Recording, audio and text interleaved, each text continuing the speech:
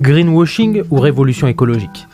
Dans notre premier épisode, on a vu que la méthanisation est un procédé qui transforme nos déchets en gaz naturel, mais provoque des odeurs qui peuvent être problématiques pour les riverains. Toutefois, elles peuvent être résorbées par un système de filtre qui canalise les mauvaises odeurs. Aujourd'hui, on va plutôt s'intéresser aux risques que peut provoquer le méthaniseur. Avant tout, un petit rappel historique. Car la méthanisation, c'est pas nouveau. Ça a été inventé en 1907. Pourquoi on n'a pas mis ça en place plus tôt ? Eh bien, on l'a fait. Pendant la Seconde Guerre mondiale, il y avait une pénurie de gaz, alors on a développé la méthanisation. Mais après la guerre, les énergies fossiles ont repris leurs droits. Actuellement, la méthanisation est de nouveau au goût du jour. La région Auvergne-Rhône-Alpes subventionne les projets. Je vous le donne en mille, à Roanne, on a un nouveau méthaniseur depuis 2023. Ce projet a été acté en 2021. 2021. C'est un an avant le début de la guerre en Ukraine, quand la Russie commençait à diminuer la quantité de gaz qu'elle envoyait en Europe. On peut croire que c'est plutôt la guerre en Ukraine qui a provoqué ce petit déclic. Mais mieux vaut tard que jamais. Et si c'était pas trop rapide ? Regardez, en 2021, le projet a été acté. Il a été mis en service en 2023. On parle quand même de faire cuire des déchets à haute température. Mais tous ces déchets ne sont pas transformés en méthane. À la fin, il reste pas mal de déchets. Alors, qu'est-ce qu'on en fait ? Eh bien, on en fait de l'engrais. C'est super, c'est génial. Mais écoutons ce que Daniel Châtaignier, professeur à l'université de Caen, membre du collectif pour la méthanisation raisonnée, a à nous dire. En termes de sol, les digestats, donc ce qui ressort et qui n'a pas été digéré, c'est-à-dire 90% de la masse des intrants, c'est rien, va être répandu dans des champs et tout ça va créer finalement tout un tas de pollutions plus ou moins sympathiques. Si on ne prend que l'aspect solide, vous aurez par exemple des métaux lourds, des antibiotiques, des choses qui sont dans les intrants et qui ressortent dans les digestats. Mais que peut nous dire Laurent Alquier, qui est directeur d'agence chez Suez et exploitant du méthaniseur de Roanne ?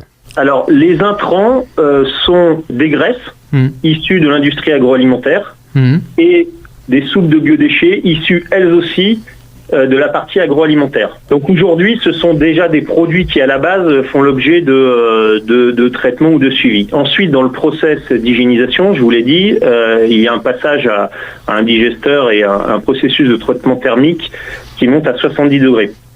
Donc aujourd'hui, on hygiénise tous ces intrants. Il ne faut pas perdre de vue qu'à Roanne, il y a quand même des mélanges. On n'est pas sur une exclusivité d'intrants. On peut supposer que ce mélange permet justement d'avoir une variété d'apports. Bien sûr, d'accord. Mais qu'est-ce qui nous garantit que c'est vrai ? En fait, ces engrais, ils sont suivis. Il y a un processus analytique. Donc, tous ces engrais font l'objet d'analyses suivies par les autorités. En l'occurrence, les autorités de l'État. Parce que par rapport à ce suivi, ce qu'on a pu lire, tout du moins dans les articles de Mediapart qui datent de 2021, c'est qu'il y a assez peu de contrôle sur la méthanisation. Alors aujourd'hui, les digestats, puisque c'est le retour au sol que vous impliquez là, fait l'objet d'un programme d'analyse, un engagement à la fois de notre part, mais aussi un engagement qu'on doit vis-à-vis des autorités. Donc les autorités, c'est l'ARS, c'est la direction départementale des territoires, ou l'ADREAL sur des installations comme un méthaniseur, puisque c'est l'ADREAL qui suit notre installation. Mais je voulais continuer de l'embêter, monsieur Alquier.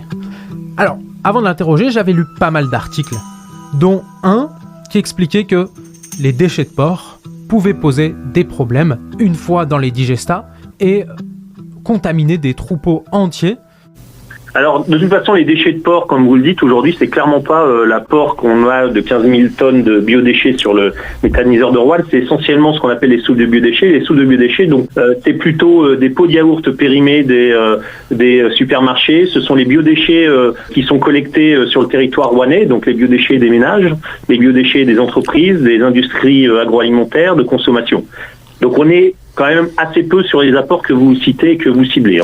Mais il y a eu quand même plus de 200 accidents qui ont été dus à des méthaniseurs. Par exemple, des fuites de gaz. Il y a eu de pénuries d'eau parce que l'eau était infectée. Qu'est-ce qui peut nous garantir que ça n'arrivera pas à Roanne ?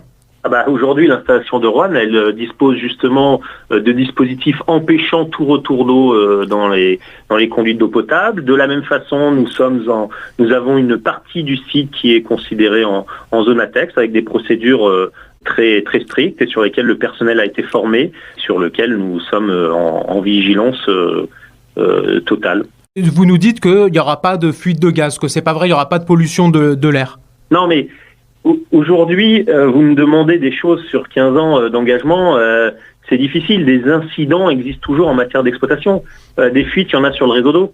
Donc aujourd'hui, nous allons mettre tout en œuvre. Cette installation est construite avec toutes les règles et les normes sanitaires de construction pour une installation de ce type-là, déjà éprouvée par ailleurs.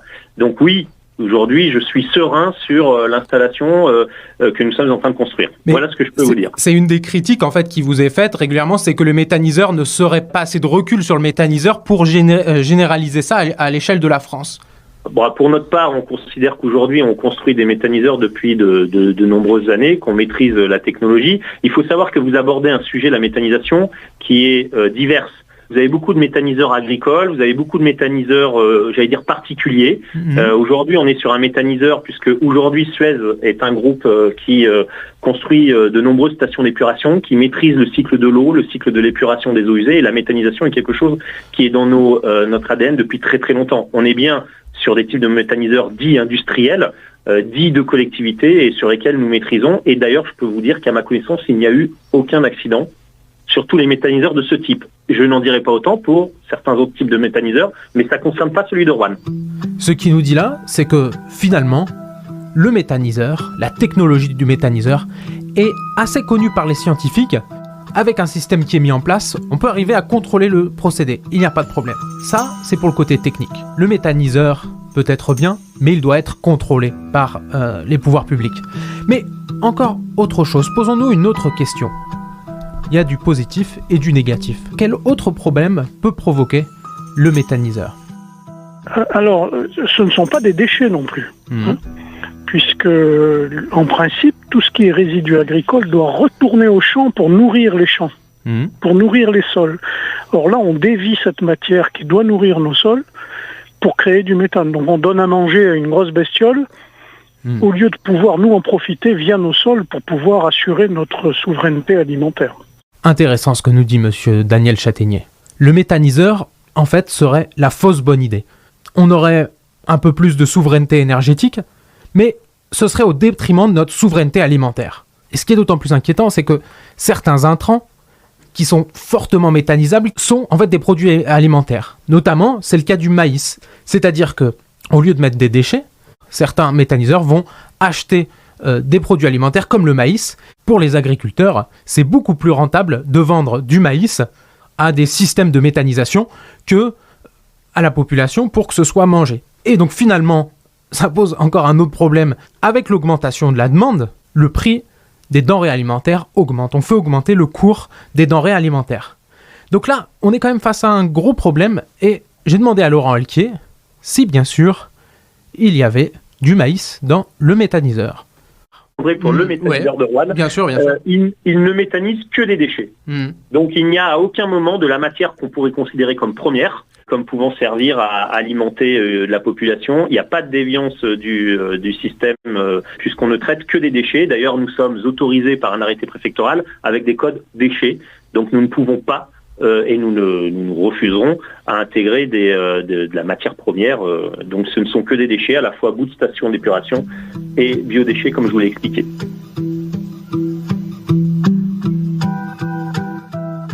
Encore une fois, c'est une question de contrôle. Et est-ce que les pouvoirs publics ont les moyens de tout contrôler ? Ça, je crois que l'avenir nous le dira. Il s'agit encore une fois de peser les risques. C'est bien ça tout l'enjeu, peser le pour et le contre. Donc, il n'y a pas une seule solution qui s'impose naturellement. Là, on est dans un choix en réalité politique. Mais est-ce que les méthaniseurs sont la solution à la transition énergétique ? C'est ce que nous verrons dans le prochain épisode. Merci à nos invités, Laurent Alquier, directeur d'agence chez Suez, et Daniel Chataignier, professeur à l'Université de Caen et membre du collectif national Méthanisation raisonnée. Un reportage d'Anthony Dezolt à retrouver en podcast sur le site rvrradio.fr.